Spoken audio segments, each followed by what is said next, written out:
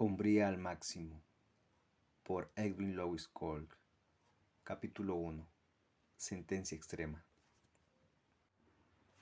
Para mi alegría, la línea Aerolíneas Unidas tenía un vuelo sin escalas desde Los Ángeles hasta Oregon. Tenía que asistir a 4 actividades diferentes a la vez, con una gran variedad de responsabilidades, y pasaban en aeropuertos y aviones una alta porción del tiempo que dedicaba al trabajo. Era un retiro para hombres, el primero de 2 que estaban programados para 2 fines de semana consecutivas, en las nevadas montañosas del centro oeste de Oregon. Entre los 2 harían un vuelo relámpago al norte, donde tenía que dar otra conferencia. Por último, el viaje de regreso a casa en el sur de California, para de allí salir de nuevo hacia algún otro lugar. Los temas de la predicación y la enseñanza, esos elevados ministerios, los bosquejaba muchas veces en los asientos de los pasillos de los aviones.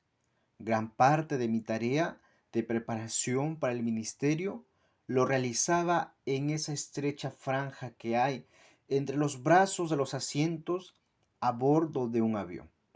En ese momento, aprovechando que la compañía de aviación me transportaba a Oregon, traté de concentrar mi mente a fin de poder estudiar. Comencé a pensar, hombres. Había más de 500 hombres en los 2 retiros juntos. Sabía que se estaban reuniendo para escuchar algo que valiera la pena, algo que les cambiara la vida, algo que pudiera llevar al regresar a sus casas, sus oficinas, sus negocios. Ellos querían algo que les ayudara a alcanzar su hombría al máximo, capacitándolos para vivir de una manera más semejante a Cristo que la que habían vivido hasta entonces. El retiro que tenía por delante era, en realidad, reducido en comparación con muchos otros programas en los que había ministrado, y más pequeño aún en comparación con el ministerio de la televisión, en el cual había estado involucrado por años. Sin embargo, había una fuerza, una solemnidad, una carga que no se desvanecía. Dios estaba haciendo algo en mi espíritu. Sentía que éste saltó a Oregon para hablar a hombres. Era un hito importante en mi vida. Durante semanas había orado para tener las palabras exactas que debía decir a estos hombres. Por mi mente desfilaban distintas escenas del hombre moderno. En nuestra sociedad hay una contaminación moral que está alcanzando su expresión máxima en la desintegración de la hombría a nuestros ojos. Comencé a entender cuán grande es la necesidad de que los hombres comprendan lo que está sucediendo y que hagan algo al respecto. Las cosas no marchan por la senda que a Dios le agrada. Las turbinas del avión de reacción rugían en la parte de atrás, y mi Biblia y mi libro de notas estaban abiertos delante de mí sobre la mesita extendible. Pero en mi meditación me pareció perder la conciencia de la que me hacía mirar a mi alrededor. Algo sucedía en mi espíritu. Era consciente de la presencia de Dios. Recordé la enseñanza que el bien conocido expositor bíblico Campbell McAlpin había traído a nuestra comunidad de creyentes hacía apenas unas semanas. El pasaje de la Escritura que en nosotros produció un impacto poderoso. Fue como si cobrara nueva vigencia, y desde entonces yo había quedado afectado por la importancia que tiene para los hombres. Campbell había hablado sobre la primera carta a los Corintios, capítulo 10. Los versículos 6 al 9 dan una lista de 5 razones por las cuales los israelitas no pudieron entrar a la prometida tierra de Canaán. En su exposición había una verdad central. Dios tiene una tierra de promesa y bendición para su pueblo. Los israelitas habían perdido su oportunidad de entrar en aquella tierra a causa de 5 pecados fundamentales. Pero para mí, esta escritura tenía un significado que trascendía todo pensamiento que hubiera tenido antes. Esta crónica de pecados tenía relación con Israel, pero había en ella una evaluación directa con el hombre moderno. Las escrituras dicen que los israelitas constituyen ejemplos dejados para nuestra enseñanza. ¿Qué significa esto para los hombres de hoy?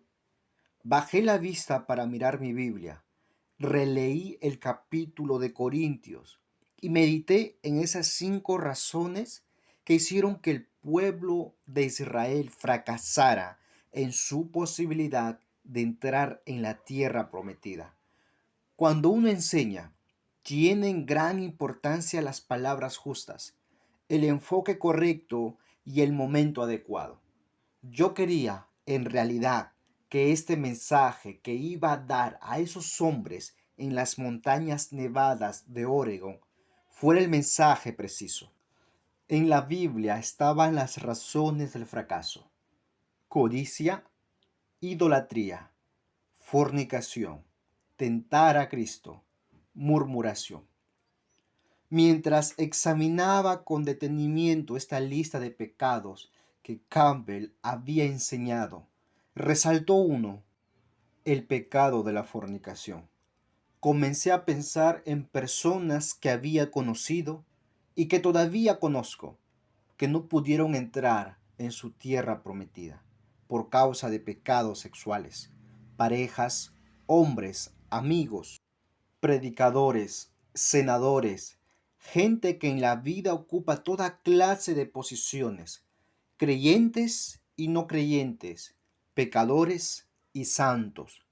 Poco tiempo atrás, un amigo de California me dijo en forma enfática: quiero decirte, Ed, que necesitas poner mucha atención en el tema de la promiscuidad sexual, porque este es un problema que afecta a todo el territorio de Oregon. Hay parejas que viven juntos sin estar casados y todavía van a la iglesia y creen que son cristianos.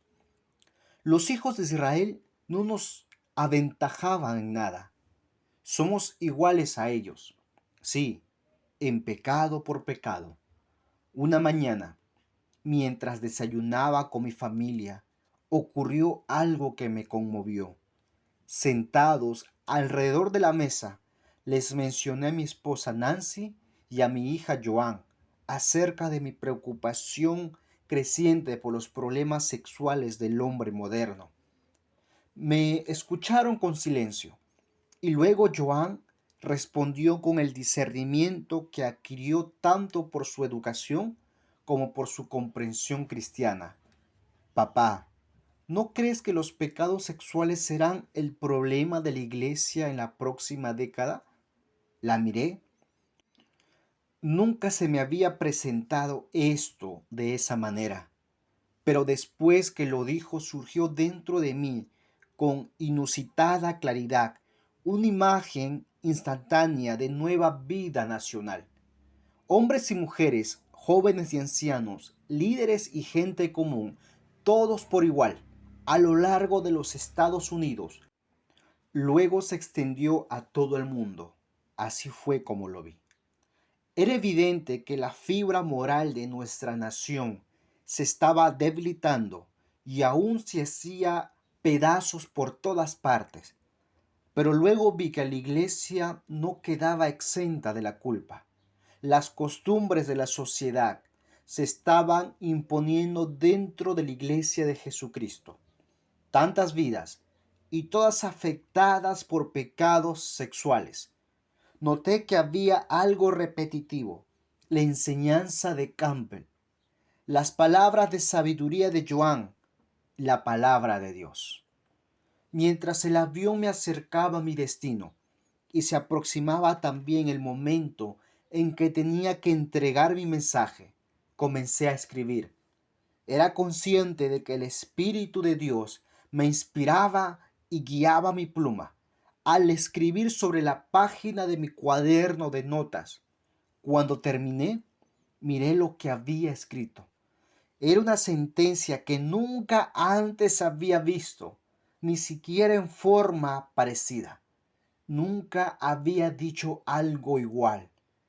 Era una sentencia con tanta agudeza que la miré en forma detenida por un largo tiempo, preguntándome cuándo, dónde o a quiénes debería dirigirme. Mi espíritu se agitó dentro de mí porque sabía que esa sentencia era para esa noche, para esos hombres en aquel retiro. Era demasiado poderosa para mí, demasiado audaz, aún para un predicador profeta como yo, que había profetizado a grandes multitudes, pero nunca algo como esto. Esto venía de Dios. Sabía que tendría que decirlo. ¿Cuándo? ¿Cómo? En una situación como esta. La sabiduría para elegir el momento oportuno es lo más importante. Yo tendría que declarar esto, entregarlo como un mandamiento, en voz alta, en forma pública, con autoridad. Tenía que ser aquella noche a los hombres que estaban en Camp Davidson, en las afueras montañosas de Oregon. Esto podría ser terrible sin el poder de Dios, pero con la confirmación de Dios y con su aprobación sería glorioso, traería libertad. Tenía que decirlo, tenía que dar el mandamiento. La parte de Dios era justificar su urgencia.